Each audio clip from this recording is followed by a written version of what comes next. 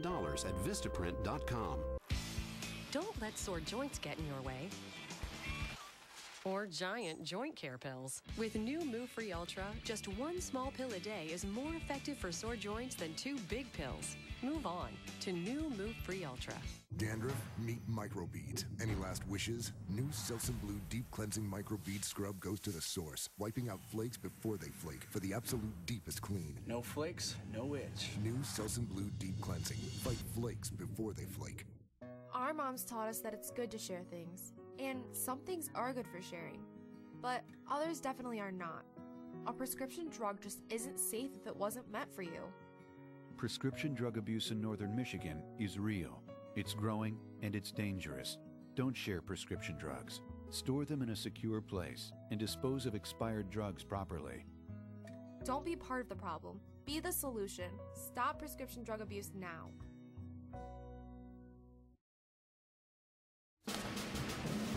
Polls close all over New Hampshire at the top of the hour right now with 10% in.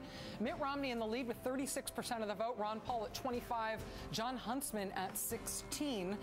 Reverend Al Sharpton, earlier this hour, you were saying that even if Mitt Romney wins tonight, you think that the legacy of the New Hampshire primary this year will be him saying, I like to fire people. Unless he can come with a great speech tonight, and unless they've hired a new speechwriter, I don't know what happens, because he'd have to read it.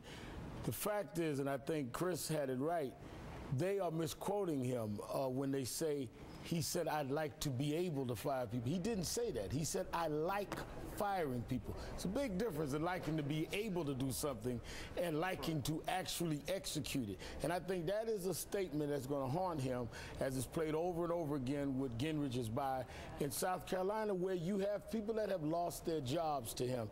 And I think the key is going to be, can they slow him down tonight? He'll win. But can he win with a little lower expectation and stop him in South Carolina? If not, he's the nominee, and he's going to bring a lot of baggage into the general election. When he said corporations are people, his campaign tried to turn that around into a positive. They made that into an ad. Is there any way they can do that with this? No. No, there's no way to redeem Republican on the panel. No. The other thing, he's talking about the insurance companies, right? Yeah. Who gets a break from the insurance companies in this country when it comes to health care? You go from one company to the next, you're still getting gouged in the minds of the American So the parent. more they talk about the context, the worse it gets, too. That's right. So they just have to put this down the memory hole? There's no way to make this any better? No way to Don't put a ever shine bring on this up on the rubber chicken circuit again. Just get done with it and put something. The other thing that Romney's going to have to deal with is this abortion ad that they've taken out. I mean, it is clear flip-flop statements of total contrast, and they're going to put a ton of money into that. But at least with that one, they knew that was coming. They think they've got an answer to that one. I think they had no anticipation that their candidate was going to say, I like to fire people, and now it's back to square one on that. All right, polls close in New Hampshire. At the top of the hour, we will have our first characterization of the race tonight when we return. This is very exciting. MSNBC's coverage of the New Hampshire primary continues in just a moment. Please stay with us.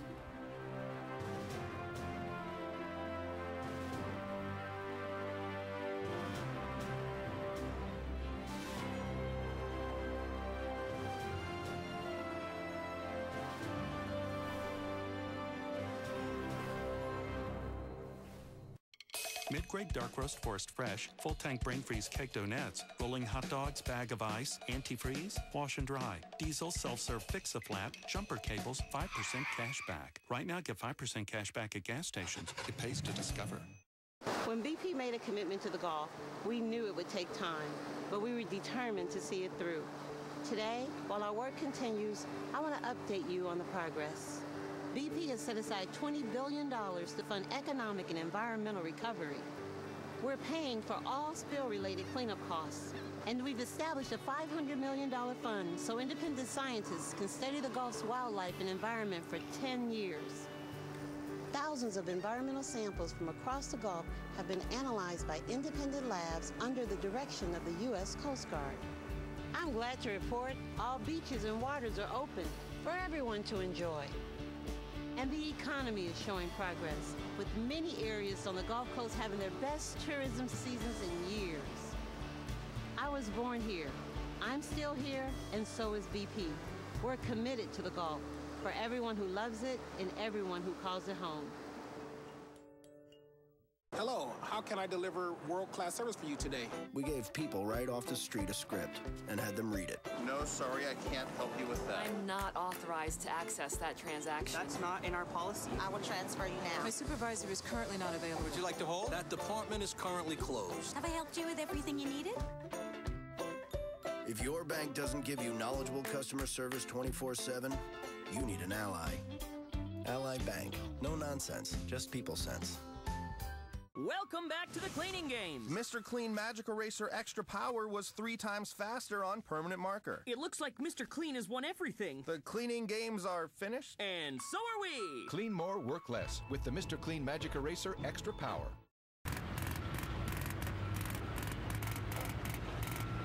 You wouldn't want your doctor doing your job.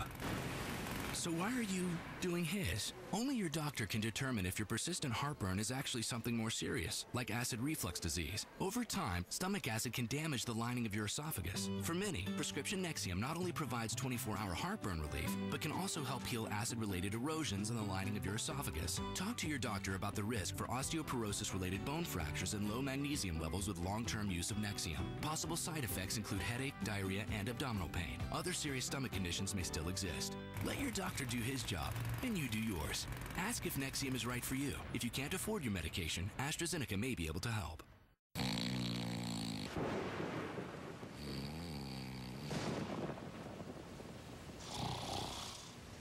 Vicks NyQuil Cold and Flu. The nighttime sniffling, sneezing, coughing, aching fever, best sleep you ever got with a cold medicine.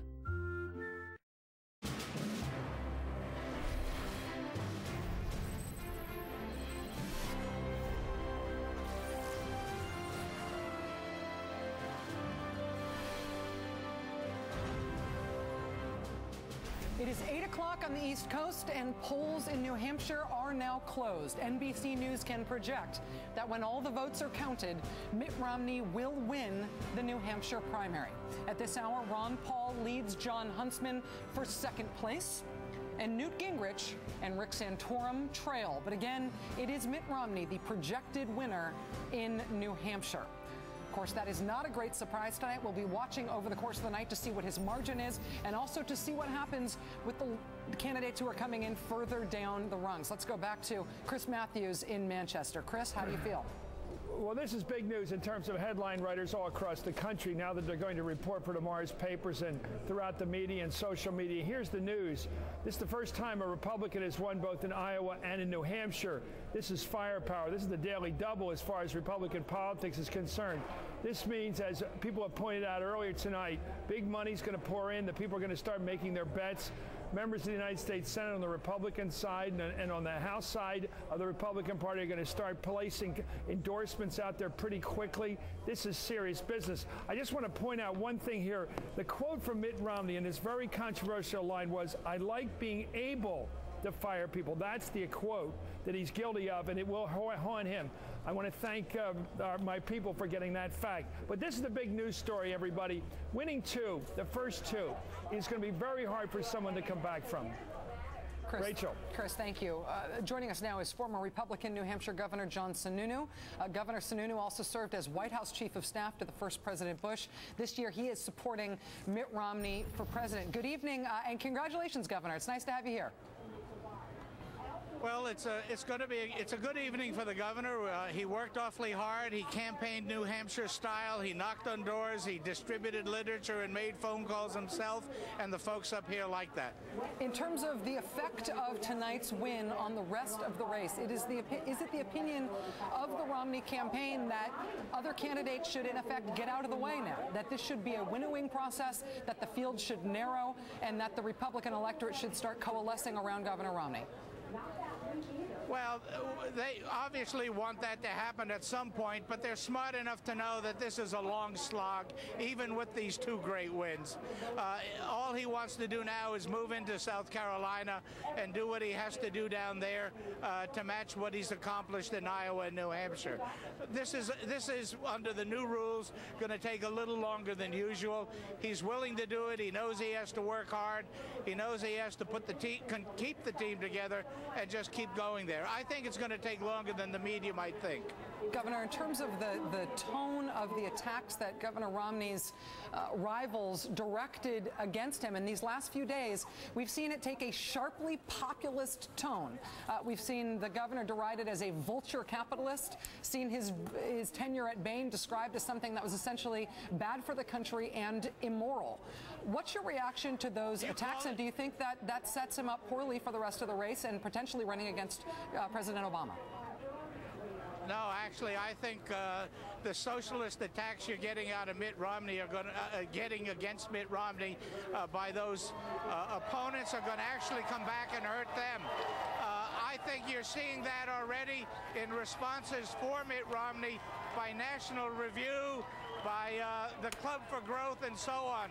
They're pointing out that if Gingrich and others have that perspective, then what are they doing in a Republican primary? Mr. Sununu, this is Ed Schultz. According to the Tax Policy Center, the gentleman who is projected to win tonight in New Hampshire, Mitt Romney, he would raise taxes on people in this country making $40,000 or less, and a millionaire would see his taxes drop by 5%. Is that going to be, in your opinion, a hard sell in this country, or is that something that is he going to stick with that tax plan and move forward with it? Where did that come from? It came from according to the Tax Policy Center that went through his tax policy, and they came out and said that Romney's tax plan would increase taxes for families making less than $40,000, and a millionaire will see his taxes drop by almost 5%. Do you think that fits with the populist tone? That's kind of strange. I'm sorry, go ahead. Go ahead, sir. Look, I think that's kind of strange when the governor has made it clear he's not cutting taxes on the upper brackets, that he is cutting taxes on the hard-earning taxpayers in the middle, and that he is committed to flattening and lowering taxes across the board. So with all due respect to that organization, there's a technical term for that. It's a crock of crap. Governor Sununu, this is Lawrence O'Donnell. You saw your candidate, George H.W. Bush, come into New Hampshire, win the New Hampshire primary with 53% of the vote, a much, much higher percentage than anyone's projecting. Who won it like that? George H.W. Bush? George H.W. Bush. You don't know what you're talking about. George H.W. Bush won it. I'm sorry, in 1988 he won it 38 to 29. 1992. He then went on to lose the general election. Is there something in the model? As an incumbent. That's right. He had the power of the incumbency. He had the power of incumbency in New Hampshire. He was a more powerful candidate in New Hampshire than Mitt Romney was tonight. He then went on to lose the general election. You're really funny. You're really funny. I'm just asking you, Governor. You can't resist. You really can't resist it, can you? George Herbert Walker Bush came in 1992 as an incumbent Republican president. Of course he got over 50%. Now, I do realize that he also lost when Ross Perot came in as a third-party candidate.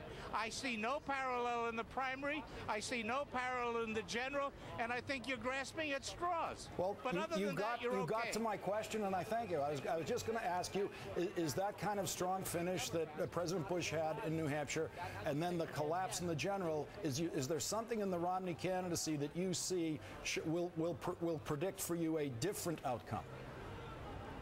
Yeah, the Romney candidacy won in Iowa. It's winning here.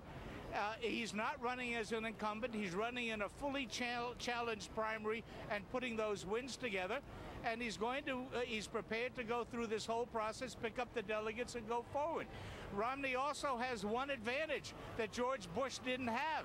Mitt Romney's running against an absolutely incompetent president that's ruined this country's economy, that hasn't done anything to save jobs, and is only going to try and run by attacking Romney instead of standing on his record. But I think Mitt Romney is the one candidate that can withstand that kind of a campaign. Chris Matthews in Manchester. Governor, let me ask you, Governor, about the comments made by your candidate about the times in his life he feared getting a pink slip, feared getting fired. When would that have been? Can you locate that period in his life when he feared being the victim of the meat axe? Whenever you're hired as in a company in which you're the low man on the totem pole and the economy turns down, you feel like that. Ask anybody who works for a newspaper today if they don't feel uncomfortable and are worried about pink slips. Ask anybody in a business where the last person that's been hired and things may go bad. You're always worried about a pink slip under those conditions. Mitt Romney, after he came out of college, was the last guy hired into the Bain Capital operation, the Boston Consulting Group. Do you actually think use of terms like "I feared pink slips" and "I'm unemployed," another phrase he uses when he campaigns for office, is appropriate at a time